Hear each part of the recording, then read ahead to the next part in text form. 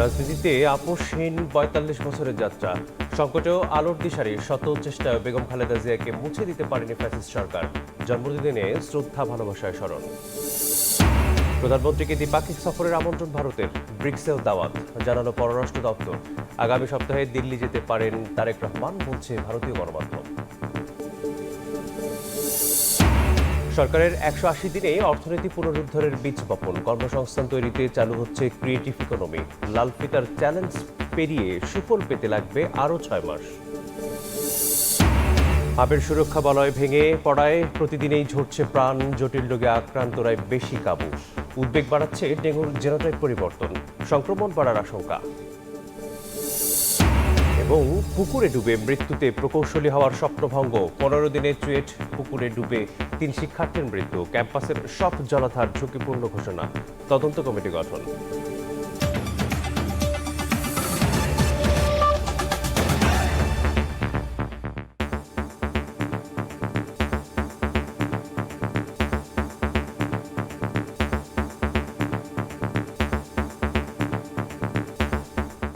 ভোরের সময় সঙ্গে আছি আমি মেসবাহুল আলিফ। সাবেক প্রধানমন্ত্রী ও বিএনপি চেয়ারপারসন বেগম খালেদা জিয়ার ৮২তম জন্মদিন আজ। শ্রদ্ধা ভালোবাসায় গণতন্ত্রের আপোষহীন নেত্রীকে স্মরণ করছে জাতি।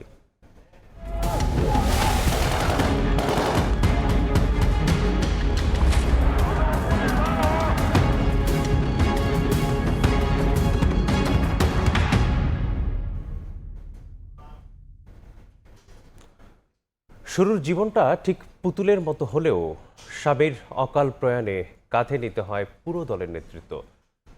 সংগ্রামের পথ বেয়ে পরবর্তীতে যার ওপর বর্তায় পুরো দেশকে ভালো রাখার দায়িত্বভার। বলছি বাংলাদেশের প্রথম নারী প্রধানমন্ত্রী বেগম খালেদা জিয়ার কথা।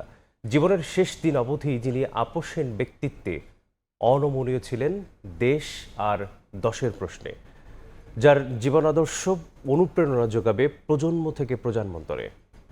আরো জানাচ্ছেন আহমেদ সালেহীন।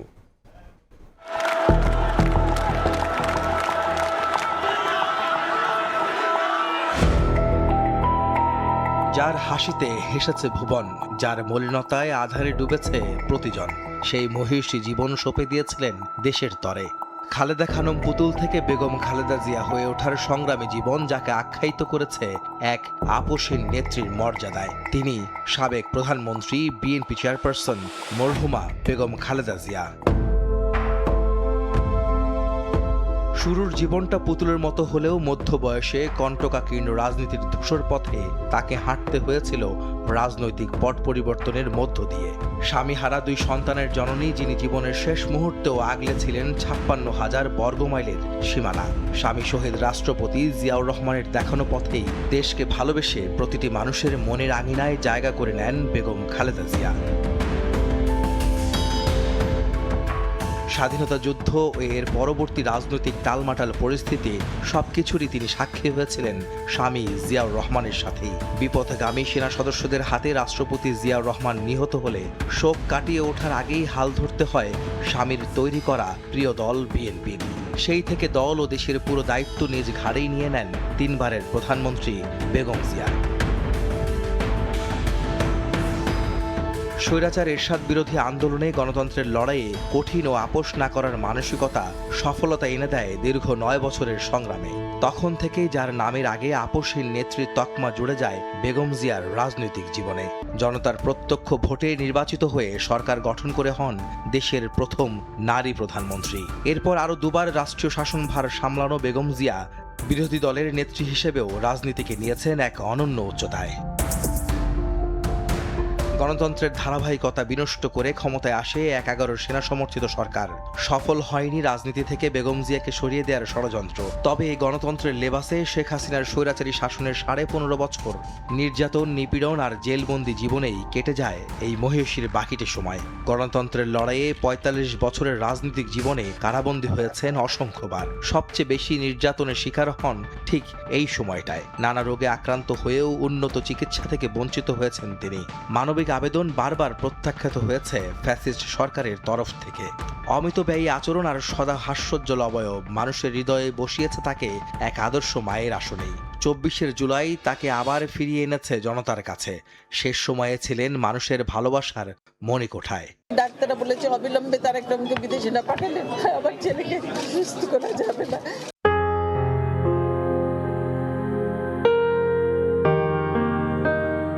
স্বামীর হত্যা, ছেলের নির্বাসিত জীবন ও নির্যাতন, আরেক ছেলের মৃত্যু, স্বামীর বাড়ি থেকে উচ্ছেদ, রাজনীতি থেকে সরিয়ে দেওয়ার আপ্রাণ চেষ্টা, নিজ দলের লাখো কর্মীর ভাগ্যে ফ্যাসিস্ট নির্যাতন, অসংখ্য কর্মীর গুম আর খুনের লম্বা তালিকাও একবারের জন্য প্রতিশোধ নিতে শেখায়নি বেগম জিয়াকে। করেননি আপোষ, বরং প্রতিহিংসার ঊর্ধ্বে উঠে মানবিক এক বাংলাদেশ গড়ে তোলার আহ্বান ছিল তার কণ্ঠে। 25 ডিসেম্বর চিকিৎসাধীন অবস্থায় জীবনাবসানের মধ্য দিয়ে বর্ণাঢ্য জীবনের ইতি টানতে হয় সাবেক প্রধানমন্ত্রী বেগম খালেদা জিয়াকে, যার আদর্শ স্বাধীনতা, সার্বভৌম আর গণতন্ত্রের অতন্দ্র প্রহরী হতে শেখায়, যার আপোষহীনতা জাতীয়তাবাদের চেতনায় উজ্জীবিত করে। রাজনীতির ঊর্ধ্বে দেশের প্রশ্নে মানুষ যাকে দেখেছে দৃঢ়, শক্ত, অবিচল থাকতে, গণতন্ত্রের প্রশ্নে অনড় অবস্থান যার, সেই রাজনীতিককে স্ফুলিঙ্গ হয়ে জ্বলতে দেখেছে মানুষের অধিকার আদায়ের সংগ্রামে। জনতাই যার শক্তি, তিনি আলিঙ্গন করেছেন মানুষের ভালোবাসা, তার প্রতিদানও পেয়েছেন শেষ বিদায়ের যাত্রায়। তিনি আপোষহীন নেত্রী, একজন গৃহবধূ, একজন মা, একজন মহিষী নারী, খালেদা খানম পুতুল, যিনি গণতন্ত্রের পথিকৃৎ বেগম খালেদা জিয়া। আহমেদ সালেহীন, সময় সংবাদ, ঢাকা। একজন নিপাট গৃহবধূ স্বামী জিয়াউর রহমানের পরিবারে খালেদা খানম এসেছিলেন বধূ হয়ে। ঘর সামলানোর ঘেরাটোপে আটকে থাকা বাঙালি বধূদের কাজের যে চৌহদ্দি, সেখানে জিয়াউর রহমানের জীবনসঙ্গিনীর জীবন নিয়তির নানা বাঁক পেরিয়ে পেয়েছিল অনন্য মাত্রা। সংসার যাত্রা থেকে বেগম খালেদা জিয়া নাম লিখিয়েছিলেন গণতন্ত্রের মহাযাত্রায়। বাতিঘর হয়ে উঠেছিলেন গণমানুষের। গৃহবধূ থেকে রাজনীতিবিদ হয়ে ওঠার দীর্ঘ সে পথ সহজ ছিল না। শহীদ জিয়ার আদর্শকে পাথেয় করে মা, মাটি আর মানুষের রাজনীতি করার সংগ্রামে অদম্য অবিচলতা বেগম খালেদা জিয়াকে দিয়েছে আপোষহীন নেত্রীর উপাধি। হাসান ওয়ালির রিপোর্ট।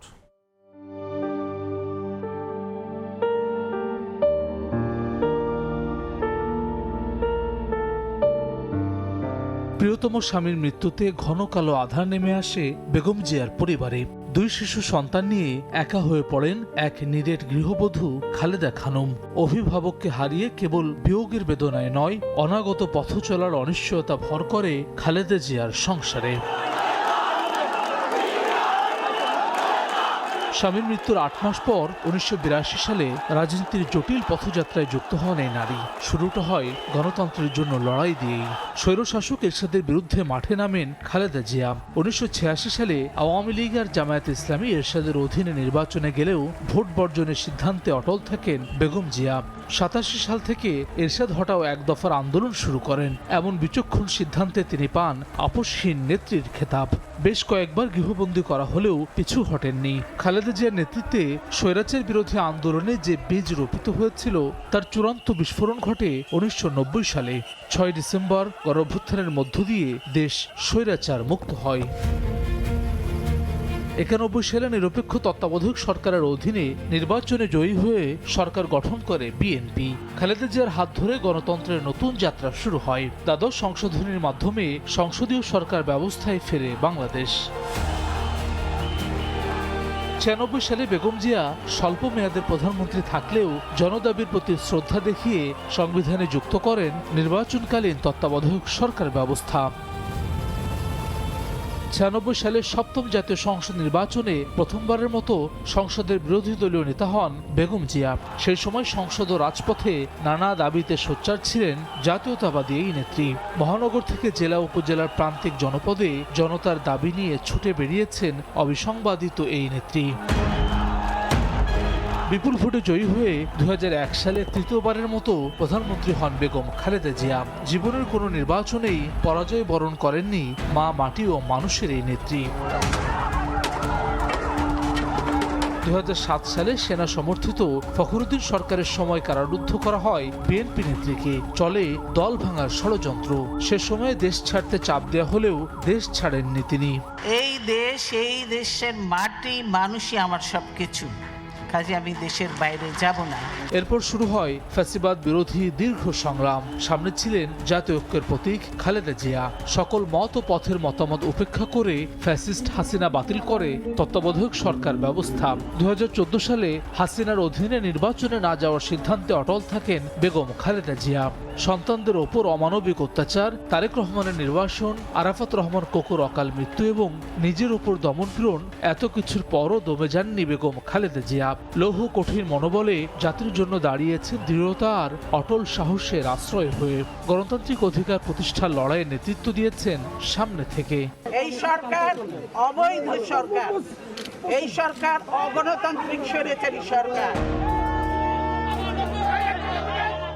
2018 সালে দিনের ভোট রাতে আয়োজনে বাধা হয়ে দাঁড়ানোর খেসারত দিতে হয় বেগম জিয়াকে। 2 বছরের বেশি সময় কারাগারে নিঃসঙ্গ জীবন শেষে শর্ত সাপেক্ষে মুক্তি মেলে। পরিবার পরিজনহীন একাকিত্ব এক আপোষহীন নেত্রীকে করে তোলে একলা জীবনের বাসিন্দা।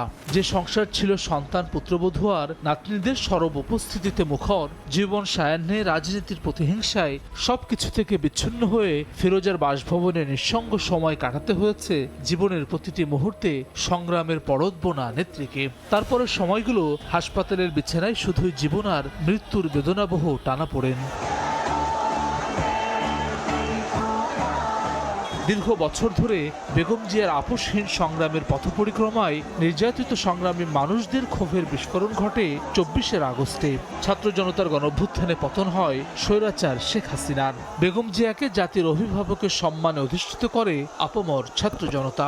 সসম্মানের সব মিথ্যা মামলা থেকে মুক্তি মেলে গণতন্ত্রের এই নেত্রীর। প্রতিশোধ নয়, প্রতিহিংসা নয়, ভালোবাসা, শান্তি ও জ্ঞান ভিত্তিক সমাজ গড়ে তুলি।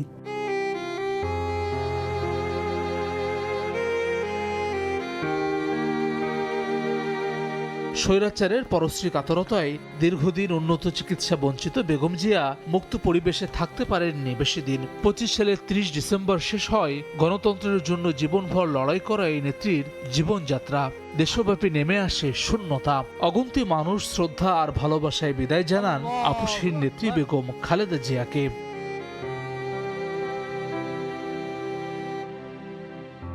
নিয়তির অনিবার্যতায় এক মহাকালের পরিসমাপ্তি হলেও মানুষের প্রতি ভালোবাসা আর গণতন্ত্র রক্ষার দৃঢ় প্রত্যয়, এই সংকল্পই বেগম খালেদা জিয়াকে ইতিহাসের পাতায় স্থায়ী করে রাখবে। হাসান ওয়ালি, সময় সংবাদ, ঢাকা। অন্য প্রসঙ্গ, প্রধানমন্ত্রী তারেক রহমানকে দ্বিপাক্ষিক সফরের আমন্ত্রণ জানিয়েছে ভারত। শুক্রবার বিষয়টি নিশ্চিত করে দেশটির পররাষ্ট্র মন্ত্রণালয়। মুখপাত্র রণধীর জয়সওয়াল আরও জানান, ব্রিক্স সম্মেলনের জন্য আমন্ত্রণ জানানো হয়েছে। ভারতীয় গণমাধ্যম বলছে, আগামী সপ্তাহে দিল্লি সফরে যেতে পারে তারেক রহমান। 2 দিনের সফরে নরেন্দ্র মোদীর সঙ্গে বৈঠকে শেখ হাসিনার প্রত্যর্পণ, পানি বণ্টন, বাণিজ্য, সীমান্ত ও জ্বালানি সহযোগিতা নিয়ে আলোচনা হতে পারে। দিল্লিতে অনুষ্ঠিতব্য ব্রিক্স সম্মেলনে প্রধানমন্ত্রী তারেক রহমানকে আমন্ত্রণ জানায় ভারত। তবে সাম্প্রতিক কিছু ইস্যু ঘিরে প্রধানমন্ত্রীর দিল্লি সফর নিয়ে তৈরি হয় অনিশ্চয়তা। এর মধ্যে গেল 10 আগস্ট ঢাকায় তারেক রহমানের সঙ্গে সাক্ষাৎ করেন ভারতের হাই কমিশনার দীনেশ ত্রিবেদী। শুক্রবার ভারতীয় সংবাদ মাধ্যম এনডিটিভি দাবি করে, আগামী সপ্তাহের শেষ দিকে ভারত সফরে যেতে পারেন প্রধানমন্ত্রী তারেক রহমান। সম্ভাব্য সফর ঘিরে ঢাকা ও নয়াদিল্লিতে প্রস্তুতি চলছে বলেও জানিয়েছে গণমাধ্যমটি। তবে সফরের চূড়ান্ত তারিখ ও কর্মসূচি এখনও নির্ধারিত হয়নি।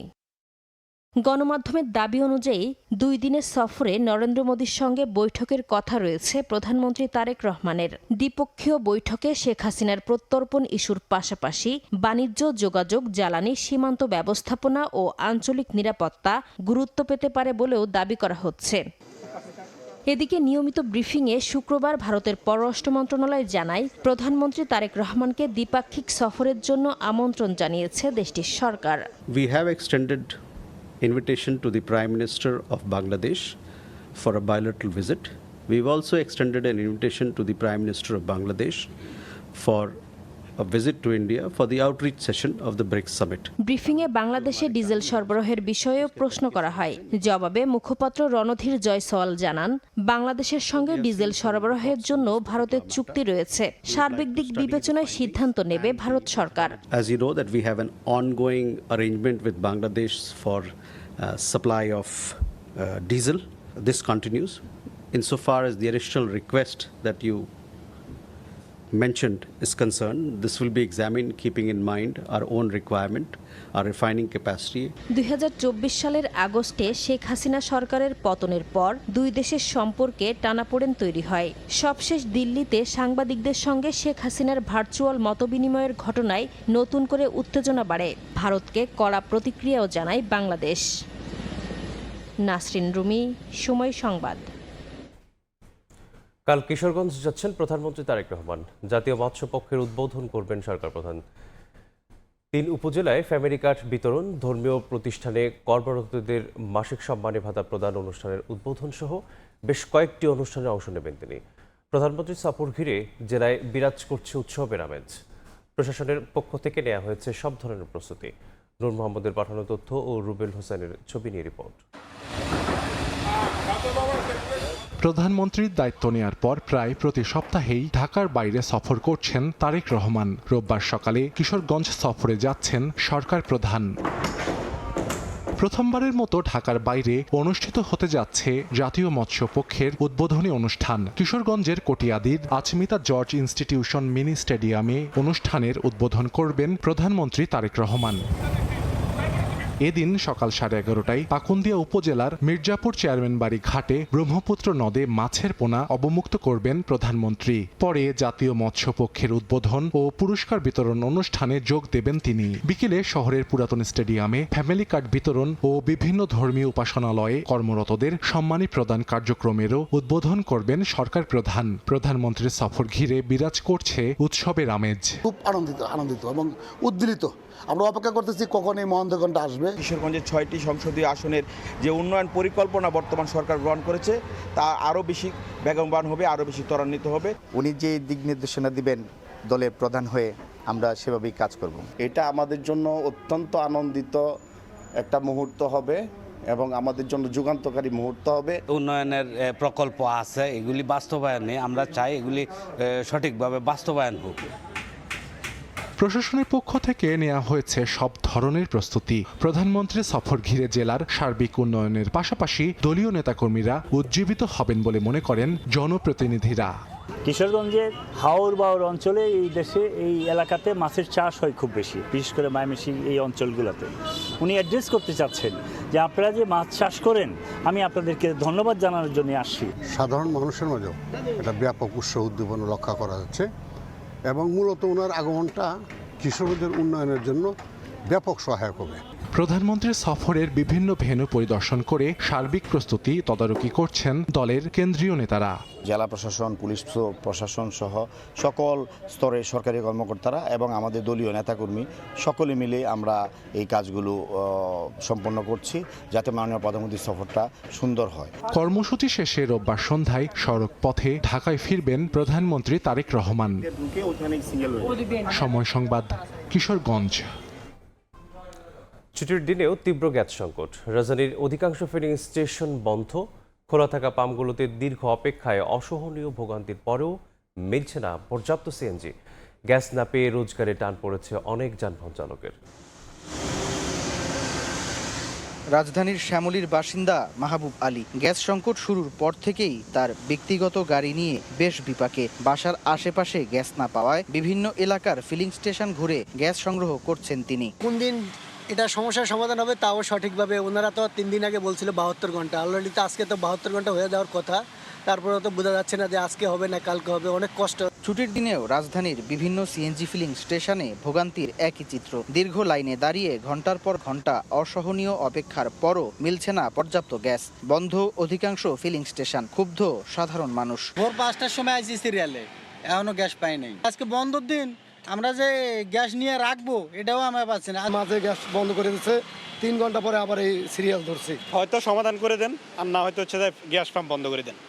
গ্যাস দেওয়ার দরকার নাই, সব গাড়ি এলপিজিতে চলে যাক, আর যার সামর্থ্য থাকবে সে তেলে চালাবে। লাইনে দাঁড়িয়ে দীর্ঘ সময়ের অপেক্ষায় মেজাজ হারাচ্ছেন চালকদের অনেকে। তৈরি হচ্ছে বিশৃঙ্খলা। পাম্প সংশ্লিষ্টরা বলছেন, একদিকে ব্যবসায়িক ক্ষতি, অন্যদিকে বিশৃঙ্খলা নিয়ন্ত্রণেও হিমশিম পরিস্থিতি। গত মাসে 10 লাখ বা 13 লাখ টাকা লসে আছে, যেগুলো খরচের বাদ দিয়ে আমাদের স্টাফদের বেতন দিয়া আমরা লসে আছি। আমরা যেরকম গ্যাস পাচ্ছি সেরকমই দিচ্ছি। দীর্ঘ সারি লাইন হয়ে থাকে, পাবলিকরাও আমাদের যাতে উত্তর ব্যবহার করে, তারপরে আমরা যেটা পাচ্ছি সেটাই দিতে পারছি।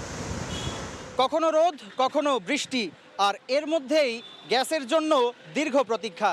রাজধানীর প্রতিটি সিএনজি ফিলিং স্টেশনে ভোগান্তির একই চিত্র। এর শেষ কোথায় জানে না কেউ। পাম্প সংশ্লিষ্টরা বলছেন এভাবে আর কয়েকদিন চললে বন্ধ রাখতে হবে সম্পূর্ণ সরবরাহ। এতে বন্ধ হয়ে যেতে পারে নগরীর পুরো যানবাহন ব্যবস্থা। একই সঙ্গে ভোগান্তিতে রয়েছেন নগরীর সাধারণ চালকরা। সকলের প্রত্যাশা এ সংকট নিরসনে দ্রুত পদক্ষেপ নেবে সরকার। সামদানি প্রত্যয়, সময় সংবাদ, ঢাকা। ঢাকার বাইরে গ্যাস সংকটের সঙ্গে যুক্ত হয়েছে তীব্র লোডশেডিংয়ের ভোগান্তি। যানবাহন চলাচলে, কারখানায় উৎপাদনের পাশাপাশি ব্যাহত হচ্ছে বাসাবাড়িতে রান্নাবান্নার কাজ, যার নেতিবাচক প্রভাব পড়েছে জনজীবনে।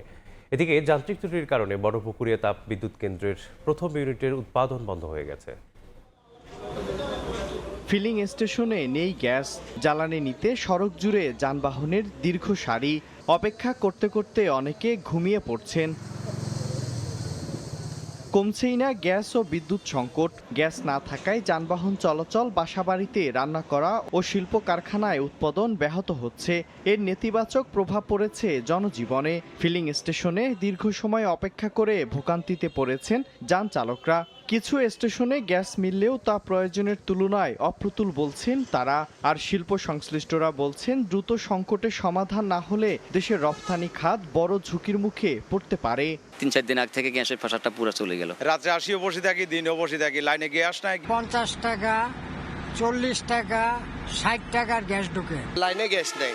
তখন আমরা কি করব? ড্রাইভাররা অনেক কষ্ট করতেছে। আমাদের সাপ্লাইয়ের পরিমাণ যখন কম হয় আর গ্রাহক যখন সবাই মিলে একসাথে ব্যবহার করে, তাহলে তখন কাছাকাছি মেইন লাইনের কাছাকাছি গ্রাহকগুলো গ্যাস ঠিকমতো পায়, দূর দূরান্তে যারা তারা ঠিকমতো পায় না। গ্যাস সংকটের পাশাপাশি চলছে তীব্র লোডশেডিং। বেশিরভাগ সময় বিদ্যুৎ না থাকায় গরমে ভোগান্তিতে মানুষ। শুধু বাসাবাড়ি নয়, ব্যবসা প্রতিষ্ঠান এমনকি হাসপাতালেও হাসফাস অবস্থা। বিকল্প হিসেবে জেনারেটর চালাতে গিয়ে খরচ বাড়ছে শিল্প কারখানায়।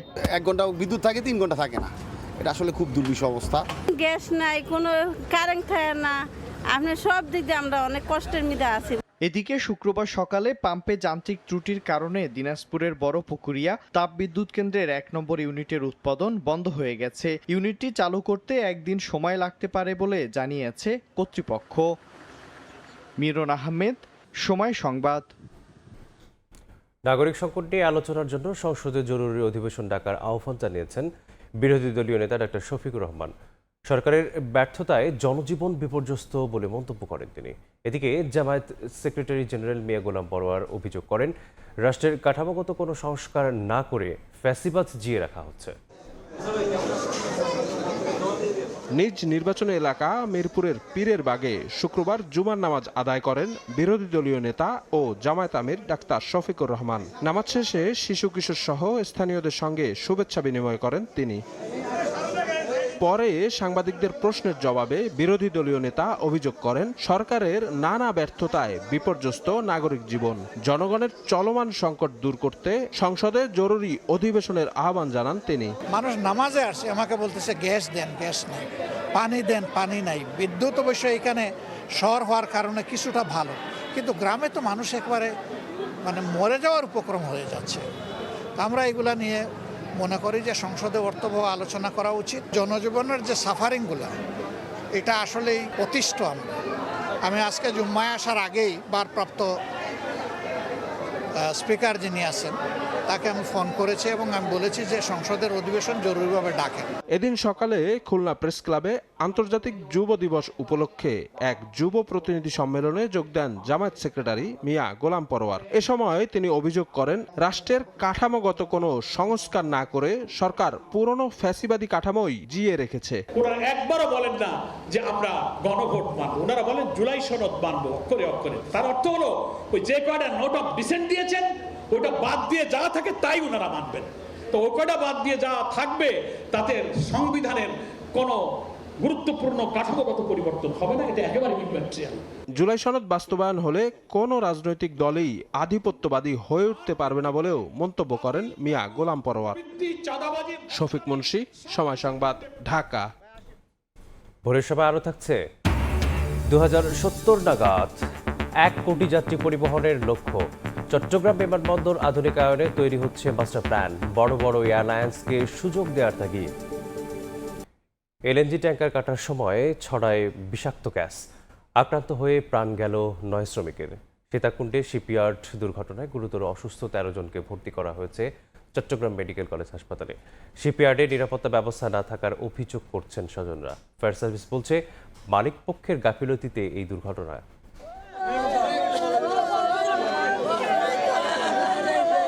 অন্যান্য দিনের মতো চট্টগ্রামের সীতাকুণ্ডের ভাটিয়ারীর জাহাজ ভাঙা কারখানা ফেরদৌস স্টিলে কাজ করছিলেন শ্রমিকরা। হঠাৎ করে কারখানার ভেতর থেকে শ্রমিকদের চিৎকার শোনা যায়।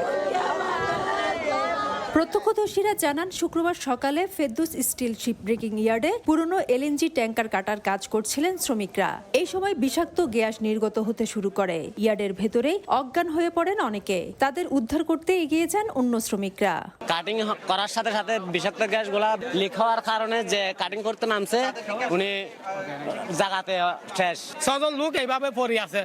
তখন ওই 6 জন লোককে আমরা কি নিজের হাতে করি ওই দিক থেকে কিছু দিকে আনি দেওয়ার পর আরগুলা নিয়ে আসে। এতবার ইন্ডাস্ট্রাকচার অ্যাম্বুলেন্স নাই কেন? আর এতগুলো যে গণ্যমান্য ব্যক্তিরা আছে দরজা খুলতে বলছে, দরজা খুলে নেই কেন? সবাইকে এখানে আইনের আওতায় আনা হোক যারা এতে জড়িত আছে। গ্যাসের তীব্রতায় ঘটনাস্থলে 3 জন মারা যান। বাকিদের উদ্ধার করে স্থানীয় হাসপাতাল ও চট্টগ্রাম মেডিকেল কলেজে নিয়ে গেলে সেখানে আরও 6 জনকে মৃত ঘোষণা করেন চিকিৎসক। স্বজনদের অভিযোগ, পর্যাপ্ত নিরাপত্তা ব্যবস্থা না থাকায় বিষাক্ত গ্যাসে আক্রান্ত হয়ে শ্রমিকরা মারা গেছে। বিষাক্ত গ্যাস তো সবার কি আক্রমণ করে হলো। গ্যাস ঢুকে না, মাস্ক আছে কতগুলো, ওরা এগুলো ব্যবহার করা নাই, এরা সেফটি নেই নাই, এটা কোনো সেফটি নেই নাই, এই সেফটি নেই না দিয়ে অবস্থা হয়ে গেছে। মালিক পক্ষের দাবি, ছুটির দিন হওয়াতে সব নিরাপত্তা ব্যবস্থা থাকার পরেও সঠিকভাবে উদ্ধার তৎপরতায় দেরি হয়েছে। তবে হতাহতদের ক্ষতিপূরণ দেওয়ার আশ্বাস দিয়েছেন তারা। যারা এখানে ইনসিডেন্টের ভিকটিম হয় ওনাদেরকে আমরা রেস্কিউ করতে আমাদের সময় লেগে যায়। যদি এটা যদি একটা অপারেশনাল ডের মধ্যে হইতো, মানে যখন কার্যক্রম চলে, তাহলে অবশ্যই আমরা এত ক্ষয়ক্ষতি হতো না। যারা এখানে আহত হয়েছেন ওনাদের সম্পূর্ণ চিকিৎসা এটা আমাদের দায়িত্বে, এবং যারা নিহত হয়েছেন ওনাদের যত ক্ষতিপূরণ আছে রাষ্ট্রীয় নিয়ম অনুযায়ী, এবং আমরা ওনাদের পারিবারিকভাবে যতটুকু যেভাবে ক্ষতিপূরণ আমরা সর্বোচ্চ ক্ষতিপূরণ ইনশাল্লাহ আমরা দেব। সেনাবাহিনী ও ফায়ার সার্ভিসের একটি টিম দুর্ঘটনাস্থল পরিদর্শন করে। ফায়ার সার্ভিস জানায়, ঘটনাস্থল থেকে এখনো বিষাক্ত গ্যাস নির্গত হচ্ছে। চাপ বেশি থাকার কারণে দুর্ঘটনাস্থলে শেষ পর্যন্ত পৌঁছানো সম্ভব হয়নি। শিপইয়ার্ডের যে ইনচার্জ আছে ওনার সাথে আমি কথা বলেছি। উনি বলেছেন যে ওনাদের তথ্য অনুযায়ী এখানে আর কোনো ভিকটিম এটার ভিতরে নাই। তবে যেহেতু স্থানীয় জনগণ বলতেছে 2 একজন থাকতে পারে, এর জন্যই আমরা এখানে অবস্থান করতেছি, যাতে এই গ্যাসটা রিডিউস হইলে পরে আমরা পূর্ণাঙ্গ সার্চ করে আমরা এটা কনফার্ম করতে পারবো যে আর এটার ভিতরে কোনো ভিকটিম আছে কিনা। পুলিশ ও অর্থমন্ত্রী বলেছেন, দুর্ঘটনায় তদন্ত কমিটি গঠন করা হবে। তাদের রিপোর্টের আলোকে পরবর্তী আইনি ব্যবস্থা নেওয়া হবে। প্রকৃত ঘটনা উদ্ঘাটনের জন্য আমরা একটা তদন্ত কমিটি করব। জেলা প্রশাসন সহ পুলিশ প্রশাসন, ফায়ার সার্ভিস সম্মিলিতভাবে। শিপ ব্রেকিং অ্যাসোসিয়েশন থেকে প্রত্যেক পরিবারকে ওরা 10 লক্ষ টাকা করে, আমরা বলেছি ওদেরকে কম্পেনসেশনের কথা, ওরা 10 লক্ষ টাকা করে প্রত্যেক ফ্যামিলিকে দেওয়া হচ্ছে। তো সরকারের পক্ষ থেকে আমরা কিছু দেব। প্রাণ হারানো সবার বাড়ি ভাটিয়ারী এলাকায়। গত বছর এই জাহাজটি ফেরদৌস শিপইয়ার্ডে আনা হয়। ফেরদৌস লিপি, সময় সংবাদ, চট্টগ্রাম। এবার সরকারের 180 দিনের বিশেষ প্রতিবেদন।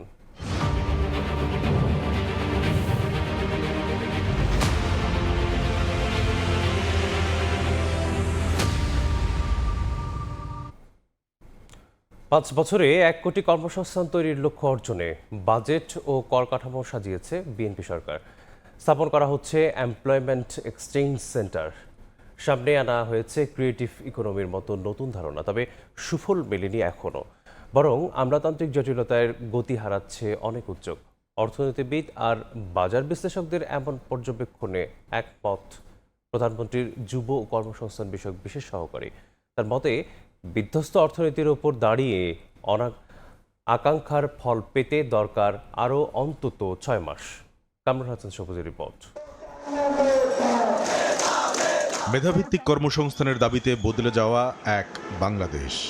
বিএনপি সরকার গঠনে সক্ষম হলে গার্মেন্টসের বাইরে আরো নতুন নতুন কতগুলো সেক্টরকে আমরা নিয়ে আসতে চাই। ১.৫ বছর ধরে চলা অর্থনৈতিক ব্যবচ্ছেদের মধ্যেই জনগণের কল্যাণে গেল ১৭ ফেব্রুয়ারি সরকার গঠন করে বিএনপি। প্রধানমন্ত্রী পদের কর্তব্য, তারপর কর্মসংস্থান বৃদ্ধির নানা উদ্যোগে পার হতে চলেছে ৬ মাস।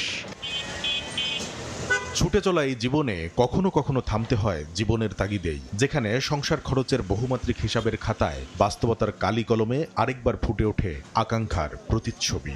গ্যাসের সংকট, গ্যাস না পাইলে গাড়ি চলে কেমন করি? আগে পাইতাম 10-12 তারিখের ভিতরে, অন পাই একটু লেট করে। চাল কিনলে মাছ কিনবো কিভাবে, সব সময় যোগ বিয়োগ করে চলতে হয়। সাময়িক বন্ধ হওয়া আয়ের পথ সচলে ব্যস্ত ষাটোর্ধ রিকশা চালক বাবুল মিয়া প্রস্তুত নতুনের আহ্বানে সাড়া দিতে।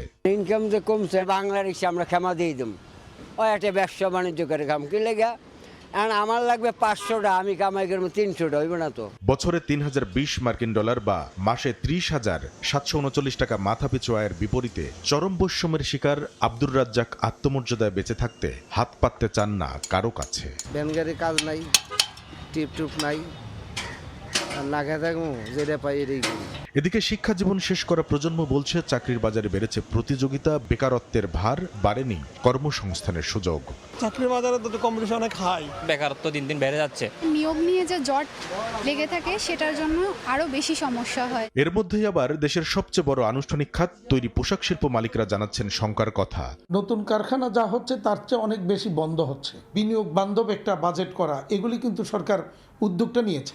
দুঃসময় পাড়ি দিয়ে চলা ব্যবসায়ীদের মতোই আশাবাদী অর্থনীতিবিদরা। তাদের মতে অর্থনীতি পুনরুদ্ধার, পুনরুজ্জীবন ও পুনর্গঠন এই 3 মডেলে সাজানো চলতি অর্থ বছরের বাজেটে নেওয়া হয়েছে বিনিয়োগ ও কর্মসংস্থান বৃদ্ধির নানা উদ্যোগ। এর সুফল পেতে করতে হবে অপেক্ষা। শ্রম সংস্থানের সংকুচিত যে রূপ, সেটা থেকে বেরিয়ে এসে সেটাকে সম্প্রসারণ করা, সেই বিষয়টা এখনো পর্যন্ত হয়তো বা বলা যেতে পারে যে সময়টা এখনো আসেনি, কিন্তু এখন পর্যন্ত বাস্তবে আমরা সেটা কিন্তু এখনো দেখিনি। কর্মসংস্থান তৈরির অনেক কর্মপরিকল্পনা আমলাতন্ত্রের লাল ফিতায় গতি হারাচ্ছে বলে পর্যবেক্ষণ বিশ্লেষকদের। আমাদের কাছে মনে হচ্ছে রাজনৈতিক কমিটমেন্ট হয়তো আছে, কিন্তু আমলাতান্ত্রিকতার জন্য অনেক ইনিশিয়েটিভ কিন্তু দেখা যাচ্ছে অনেক স্লো হয়ে যাচ্ছে। যদি সরকার এনাফ জব তৈরি করতে না পারে তাহলে কিন্তু দেশের স্থিরতা থাকবে না, রাজনৈতিক অস্থিরতাও বেড়ে যাবে। প্রধানমন্ত্রীর যুব কর্মসংস্থান বিষয়ক বিশেষ সহকারীও বলছেন, ভেঙে পড়া অর্থনীতির বুকে কর্মসংস্থান বৃদ্ধির যে বীজ বপন করা হয়েছে গেল 6 মাস, সংখ্যা দিয়ে হিসাব কষে তা দৃশ্যমান করতে আরও অন্তত 6 মাস দরকার। একটা খারাপ অবস্থা আছে, সেই জায়গায় ভালো করা কিন্তু রাতারাতি সম্ভব না, কিন্তু চেষ্টাটা যে অব্যাহত আছে সেটা তো নিশ্চয়ই ভিজিবল।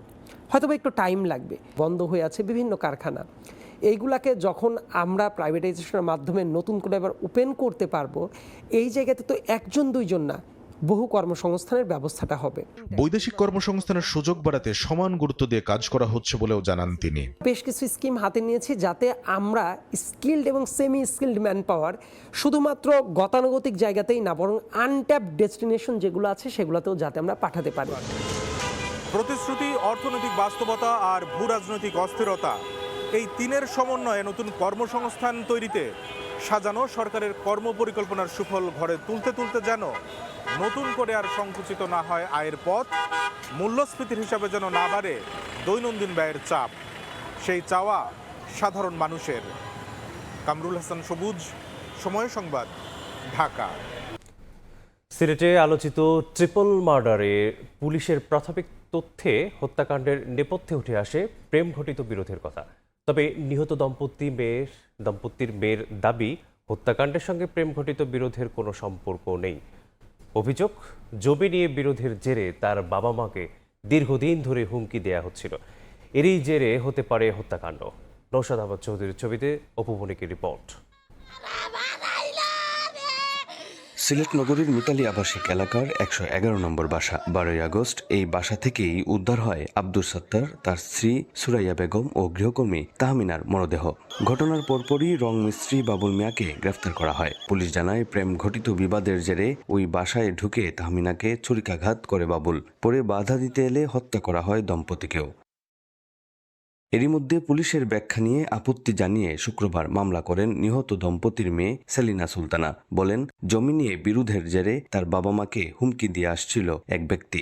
20 মিনিটের ভিতরে 3টা ট্রিপল মার্ডার এই ছেলেটা করতে পারে না, এটা বড় হাতে কোন আছে। আর দলিল মিসিং, আর দলিলটা তো মিসিং লেখা আছে। আর আমরা চাই আমার ভাই, আমি, আমার আরো 2 বোন আছে আমাদের পরিবার, ওরে দ্রুত রিমান্ডে নিয়ে আমাদের সত্যটা উদ্ঘাটন করুন। গ্রেফতার রংমিস্ত্রি বাবুলের তথ্যে হত্যায় ব্যবহৃত ছুরি উদ্ধার হলেও তাকে আসামি করেনি পরিবার। হত্যার কারণ নিয়ে পুলিশ ও পরিবারের দাবির মধ্যে রয়েছে ফারাক। অতি দ্রুত এবং শক্তিশালী প্রমাণ করবেন, এবং যার মাধ্যমে আমাদের বাবাদের যেন আর লাশ আমরা ছেলেরা যেন নিতে না হয়, আমাদের বাবাদের লাশ যেন আমরা যেন আর বহন করতে না হয়। আমরা দেখি ও রিমান্ডে নেওয়া হোক, কি এটাতে আসে, এটা আমাদের এক্সপার্ট অফিসাররা ভালো করতে পারবে। তো আমরা সবাই ওয়েট করি, ইনশাল্লাহ ভালো কিছু আসবে। পুলিশ বলছে হত্যার প্রকৃত কারণ উদ্ঘাটনে তদন্ত চলছে। অতীতের কিছু হিস্ট্রি উল্লেখ করেছে, তো আমরা এটা তদন্তাধীন অবস্থায় আমরা অনেক কথা আপনাদের সাথে শেয়ার করতে পারবো না। আমরা চতুর্দিকে এই মামলার সব সাইট আমরা তদন্ত করি, এরপর লাস্ট আমরা প্রতিবেদন দাখিল করব। মা বাবা হত্যার খবর জেনে শুক্রবার যুক্তরাষ্ট্র ও যুক্তরাজ্য থেকে সিলেটে পৌঁছান 3 ছেলে মেয়ে। অপু বণিক, সময় সংবাদ, সিলেট। ইতালির রোমে নৃশংস হত্যাকাণ্ডের শিকার একই পরিবারের 3 সদস্যকে দেশে এনে গ্রামের বাড়ি নোয়াখালীতে দাফন করা হয়েছে। সঙ্গে ফেরেন পরিবারের আরেক সদস্য, হামলায় গুরুতর আহত অয়ন। গ্রামের বাড়িতে মরদেহ পৌঁছালে কান্নায় ভেঙে পড়েন স্বজনরা। হত্যাকাণ্ডের 1.5 মাস পর নোয়াখালীতে নিজ গ্রামের বাড়িতে ফিরল ইতালি প্রবাসী একই পরিবারের 3 সদস্যের নিথর দেহ। এ সময় কান্নায় ভেঙে পড়েন স্বজনরা। পুরো পরিবার হারানোর ক্ষত আর তাদের মরদেহের ভার নিয়ে দেশে ফিরলেন আমির হোসেন অয়ন। আততায়ীর আক্রমণে বাবা, মা ও ছোট বোন প্রাণ হারালেও বেঁচে যান তিনি। গত 26 জুন ইতালির রোমে হত্যাকাণ্ডের শিকার হন অয়নের বাবা, মা ও বোন। বাসায় ফিরে ঘটনাস্থলে শাহাদত হোসেন নামের এক ব্যক্তিকে দেশীয় অস্ত্র হাতে দেখতে পান অয়ন। জানান তাকে হামলা করে পালিয়ে যায় শাহাদত। অচেতন অবস্থায় অয়নকে উদ্ধার করেন প্রতিবেশীরা।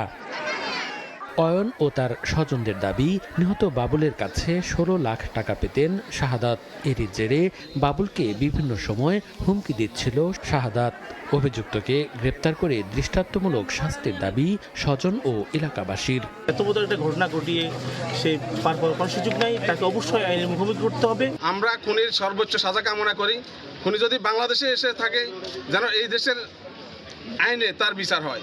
বাদ মাগরিব জানাজা শেষে 3 জনের মরদেহ পারিবারিক কবরস্থানে দাফন করা হয়। এদিকে এখনও পলাতক আছেন একমাত্র অভিযুক্ত শাহাদাত হোসেন। সময় সংবাদ, নোয়াখালী। প্রকৌশল ও প্রযুক্তি বিশ্ববিদ্যালয়ের এক পুকুরেই গত 15 দিনের ব্যবধানে 3 শিক্ষার্থীর মৃত্যু হয়েছে। পুকুরে ডুবে একের পর এক শিক্ষার্থীর মৃত্যুর ঘটনায় এবার সব পুকুরকেই ঝুঁকিপূর্ণ ঘোষণা করেছে প্রশাসন। বন্ধ করা হয়েছে পুকুরে প্রবেশও। আসাদুল্লাহ গালিবের রিপোর্ট। মাত্র 15 দিনের ব্যবধানে চট্টগ্রাম প্রকৌশল ও প্রযুক্তি বিশ্ববিদ্যালয়ের কাজী নজরুল ইসলাম হল সংলগ্ন পুকুরে নিভে গেল 3টি তাজা প্রাণ। সবশেষ গত বুধবার পুকুরটিতে গোসল করতে নেমে মারা যান কম্পিউটার বিভাগ ও প্রকৌশল বিভাগের 2য় বর্ষের শিক্ষার্থী অর্ণব দত্ত চমক এবং তড়িৎ ও ইলেকট্রনিক কৌশল বিভাগের 2য় বর্ষের শিক্ষার্থী শান্তদেব। পরপর 3টি মৃত্যুর ঘটনায় এবার নড়ে চড়ে বসেছে বিশ্ববিদ্যালয় প্রশাসন। শিক্ষার্থীদের নিরাপত্তায় এরই মধ্যে ক্যাম্পাসের সব পুকুরকে ঝুঁকিপূর্ণ ঘোষণা করা হয়েছে। 5 ফুট বা 7 ফিট অথবা 10 ফিট হাইট পানির গভীরতা রেখে এটাকে সংস্কার করা হবে। পরবর্তী নির্দেশ না দেওয়া পর্যন্ত পুকুরটাতে আসলে সাঁতার কাটা, পুকুরের পানিতে নামা, গোসল করা সম্পূর্ণভাবে নিষিদ্ধ। শিক্ষার্থীর মৃত্যুর পর পুকুরের গভীরতা ও নকশা নিয়ে উঠেছে নানা প্রশ্ন। সামনে যাতে এই বিষয় না ঘটে আমাদের যতটুকু ইনিশিয়েটিভ নিতে হয় আমরা নিয়েছি। এর মধ্যে ঘাটলাগুলো আমরা বন্ধ করতেছি এবং পানিগুলো লেভেলটা কমানোর জন্য ব্যবস্থা করতেছি। ডিসি মহোদয় অলরেডি একটা কমিটি করছে। দুর্ঘটনার কারণ খতিয়ে দেখতে এরই মধ্যে গঠন করা হয়েছে তদন্ত কমিটি। পাশাপাশি পুকুরগুলোর অবস্থা যাচাইয়ে এলজিইডির সঙ্গে সমন্বয় করে কাজ করার কথা জানিয়েছে বিশ্ববিদ্যালয় প্রশাসন। তদন্ত কমিটি আমাদেরকে রিপোর্ট দিবে। আমরা আশা করতেছি 15 দিনের মধ্যে আমাদের ফ্যাক্ট ফাইন্ডিং কমিটি আমাদের প্রাথমিক রিপোর্ট দিবেন আর সেই সাথে এলজিইডির সংশ্লিষ্ট দপ্তরের সাথে আমাদের সার্বক্ষণিক যোগাযোগ আছে। প্রকৌশলী হওয়ার স্বপ্ন নিয়ে চুয়েটের আঙিনায় পা রাখলেও তাদের ফিরতে হয়েছে নিথর দেহে। এতে ক্ষুব্ধ শিক্ষার্থীরা।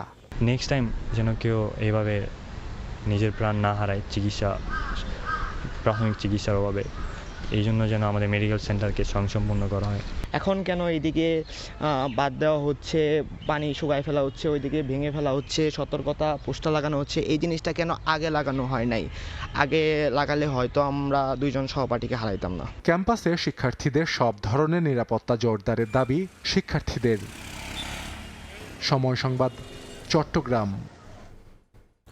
যশোরের পুকুরে ডুবে 2 বোন সহ 3 শিশুর মৃত্যু হয়েছে। শুক্রবার দুপুরে বাগারপাড়ার জামদিয়া দক্ষিণ পাড়ায় এই দুর্ঘটনা ঘটে। স্বজনরা জানান, জুমার নামাজের আগে বাড়ির পাশে পুকুরে গোসলের নামে 10 থেকে 13 বছর বয়সী 3 শিশু ফাতিমা খাতুন, লামিয়া আক্তার ও সুলতানা আক্তার এক পর্যায়ে 3 জনই পুকুরে ডুবে যায়।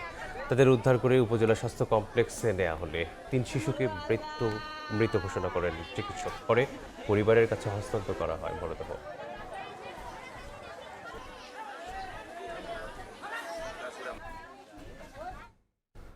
হাবের সুরক্ষা বলয় ভেঙে পড়ায় প্রতিদিনই ঝরছে 4 থেকে 5 জনের প্রাণ।